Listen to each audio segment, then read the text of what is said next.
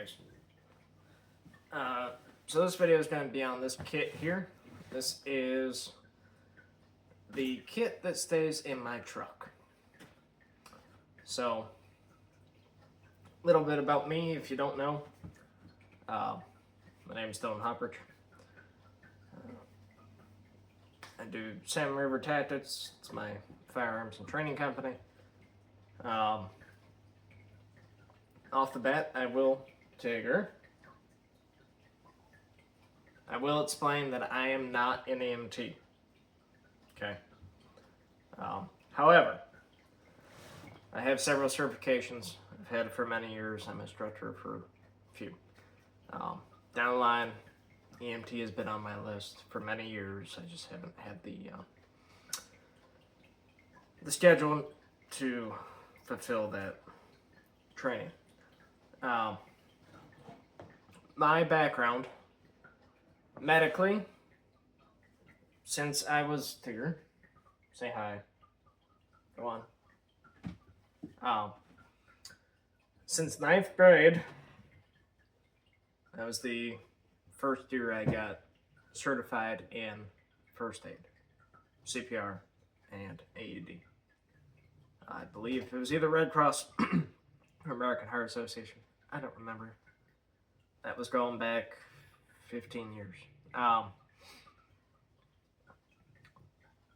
So since then, I've had at least the basics for the last 15 years. For the last 9 years, going on 10, when I started search and rescue, that got bumped up to learn as first aid. And every 2 years, I recertify for that. Some differences with that.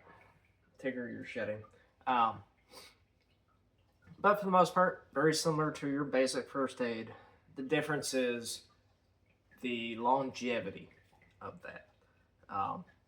Basic first aid is, how do I treat you for the 5 to 20 minutes until an ambulance comes to come get you. Search and rescue, in that sense, our training is, how do I support, treat, keep you alive for at least 24 hours, possibly 48 hours or 72 hours. How do I treat you and keep you stable for at least a 24-hour period, if not longer, until, dear Lord, cat, until either we can evacuate you, I can get to an ambulance, or I can get a medevac.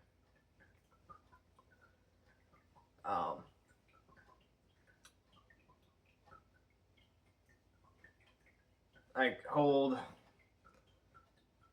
for the last several years, I've held 3, basically the same, but through 3 different companies. CPR, first aid, AED. I hold an ECSI through Learn Search and Rescue for CPR, first aid, and AED. I hold a Red Cross certification through my employer, and I hold an American Heart Association through my fire department. All 3 are very similar, if not the same, but I hold 3 different ones. I've been through Stop the Bleed training 3 times, and I'm also a Stop the Bleed instructor. So, with that background, and my knowledge, and my level of training, this is kind of the kit I keep in my truck. On the strap here, well, we'll go over the bag here first. So this is a Lightening Products. I've had this thing for the better part of 10 years, I think. Ever since I could probably drive, I've had this thing. Or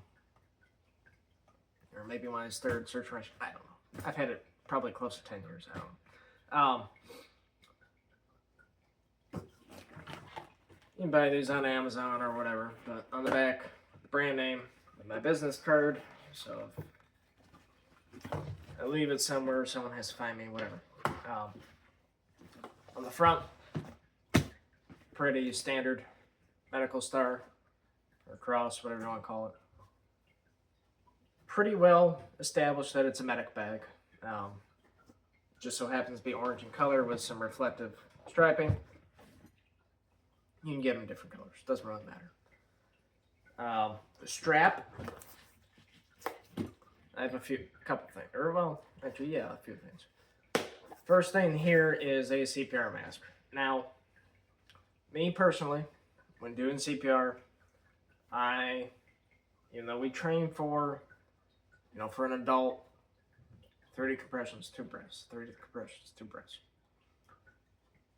If I don't have one of these, and I don't know you, you are not a close friend, my significant other, or family, or maybe a child, or an infant, I am not doing mouth-to-mouth on you.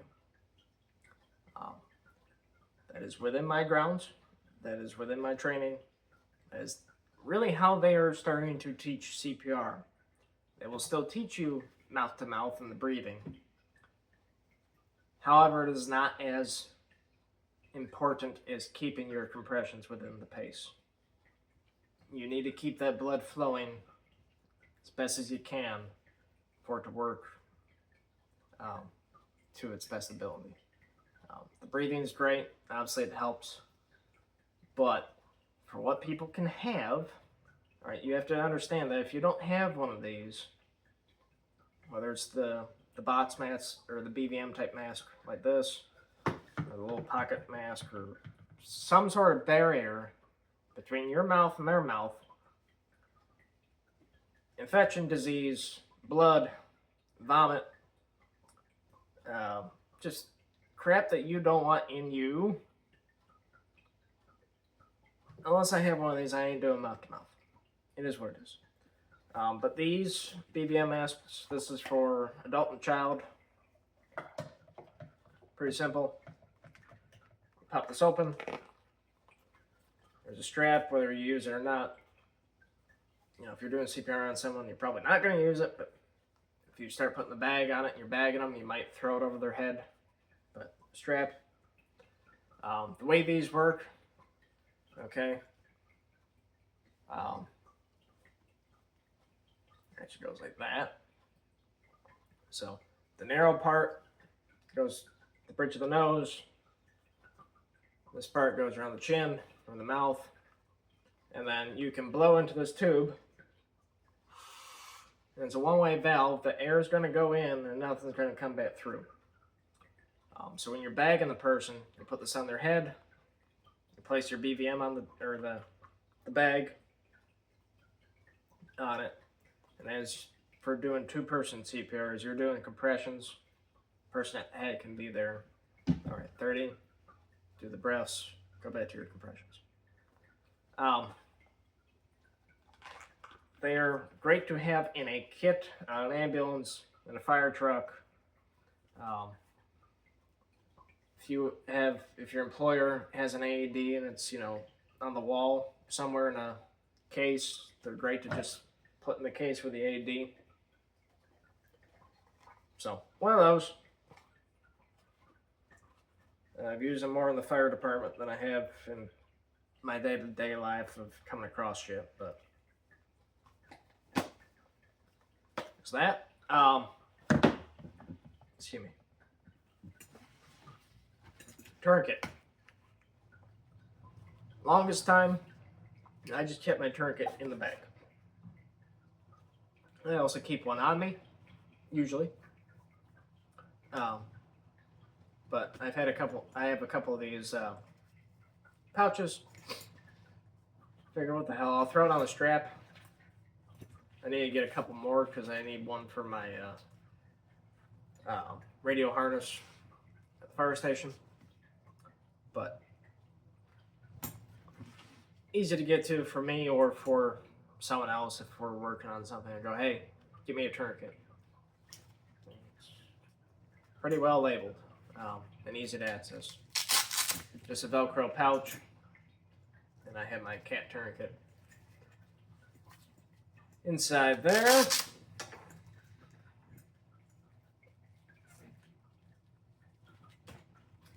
On the outside, I have my shears, which are just kept in with a little elastic strap, but I have trauma shears. Now the bag itself, and I will take the strap off, just because it's easier to do it with the camera. This bag has basically three pockets. The main pocket here, and then the two side pockets. So this one pocket here has Neosporin, triple antibiotic. I have emergency blanket. I have a bunch of these, cheap.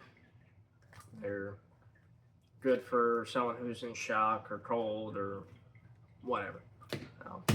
Cheap and easy to use and easy to store. Just Band-Aids. 3-inch. I have 2 of these. Crovab. So this is like self-adhering ace bandage type material. You can get it at your first aid drugstores, or you go to a feed store and buy horse wrap or pet wrap. It's the same stuff. And whatever you find that's cheaper, just get that. It's the same thing.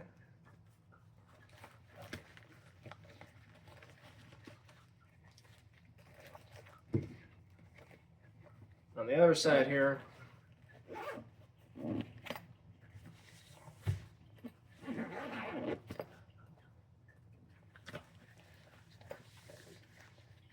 I have 2-inch Crovab. Actually, this one's open, so you can kind of see what this is. It's just self-adhering wrap. And then a bunch of medical gloves.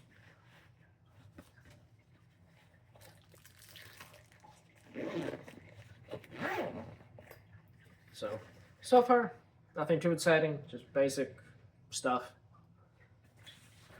Take snaps off. So it's got 2 snaps and then Velcro. Bear with me for a second. Alright, sorry about that.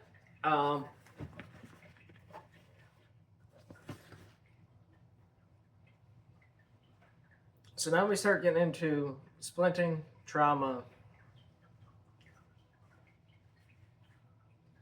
bleeding control,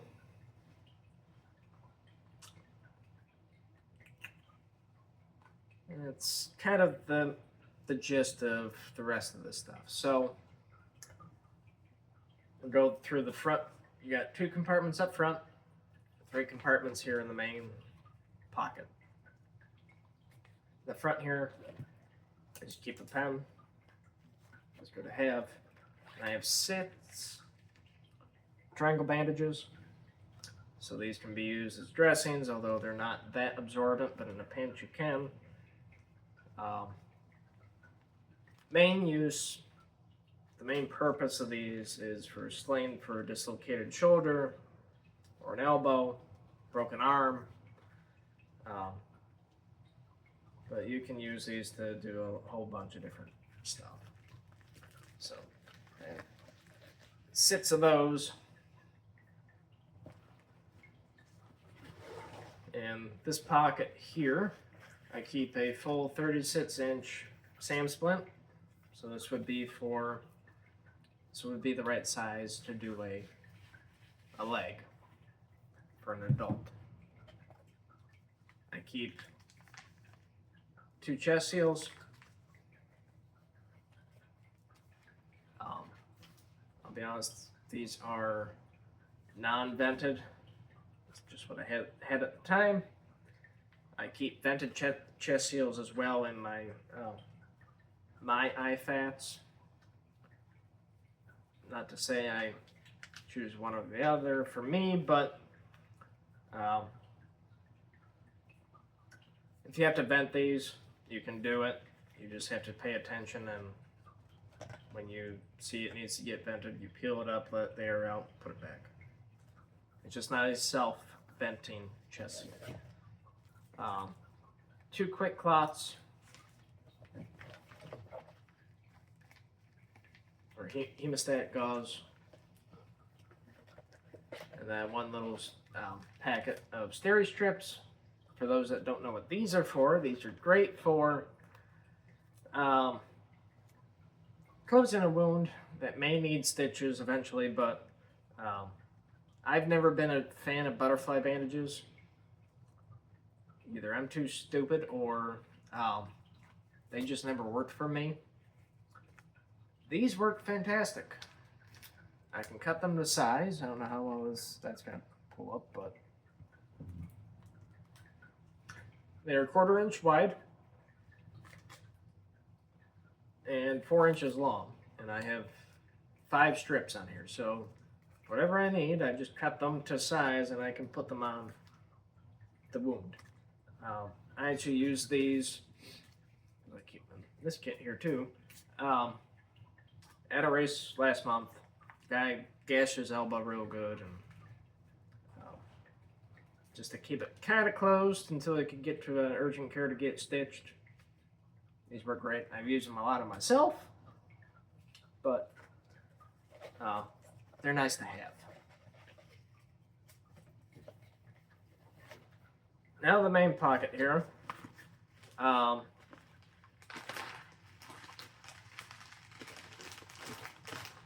More just bleeding control. It's kind of what this is. So this pocket, or this compartment here, I have 4 inch and I have 2 inch rolled gauze.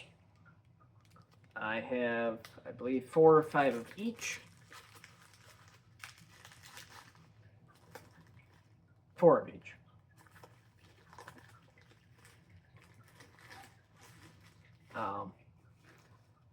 The back compartment here, I keep an Israeli bandage and a handful of packing gauze. This is just compressed, very tightly compact gauze. It's in a Z fold, so when you're packing a wound, you just kind of pull it out of the package and you're stuffed into the wound. Forget off the top of my head how much is in there, but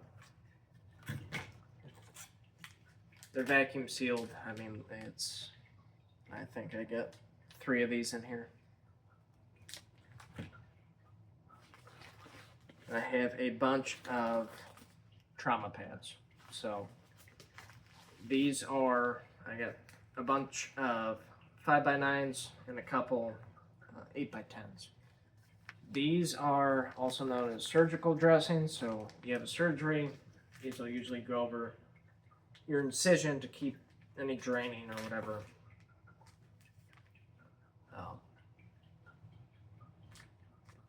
from leaking out. For any bad bleeding wounds, these are very absorbent. Depending on how big the wound is, these can be doubled up, put over, wrapped around. Something like a gunshot or stabbing, depending on how bad you're bleeding. You know, I might put, this is all hypothetical, you might put a patch of quick clot gauze over the top, and then to absorb any excess bleeding, take 1 of these, maybe 2, depending on how bad the bleeding is. Put that over the wound. If you need a tourniquet, apply the tourniquet above the wound. Depending where it is, usually a couple inches above the wound. And then, if you have an Israeli bandage, put the Israeli bandage over your dressing.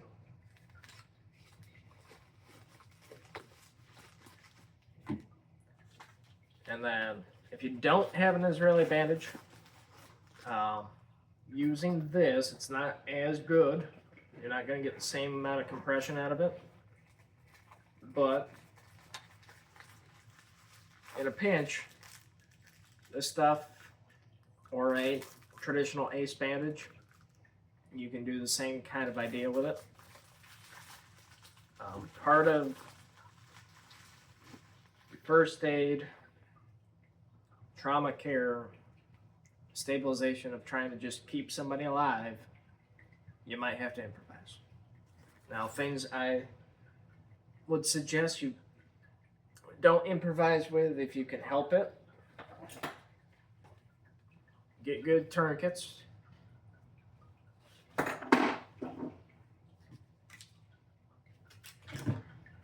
know it's expensive, but it works and it's helpful. Stock up on some quick clot, whether it's these small little packets or you can get the actual like Z-fold quick clot. It's like this.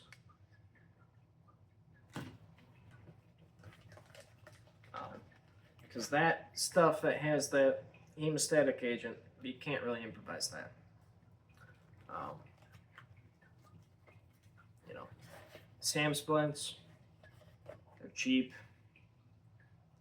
they work well, they are going to work better than trying to take a stick or something and trying to do it. Can you do it? Yes. Have I done it? Yes. You know, you take a trekking pole and split someone's leg, or you take a branch and you split someone's arm. But you don't need all this, but when you're making a kit, take the time, do your research, understand your level of training if you have any. And if you don't, I suggest you go out and get some. Whether you're local and you're looking at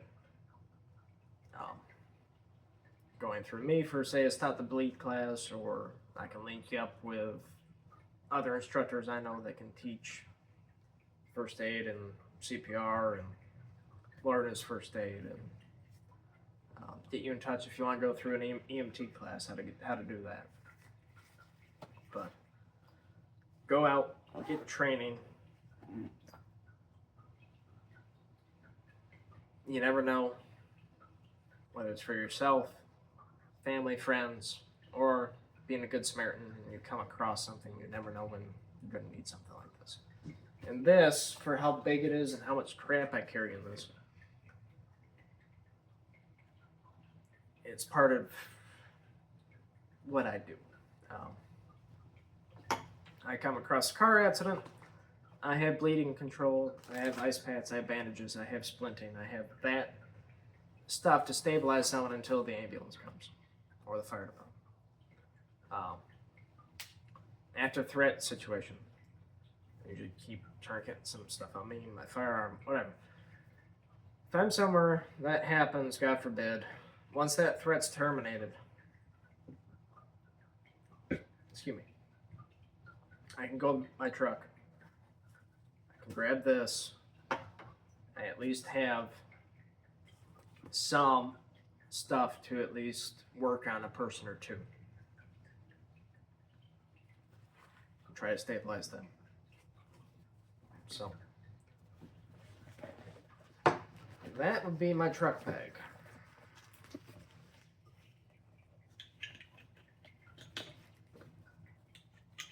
Have a good day.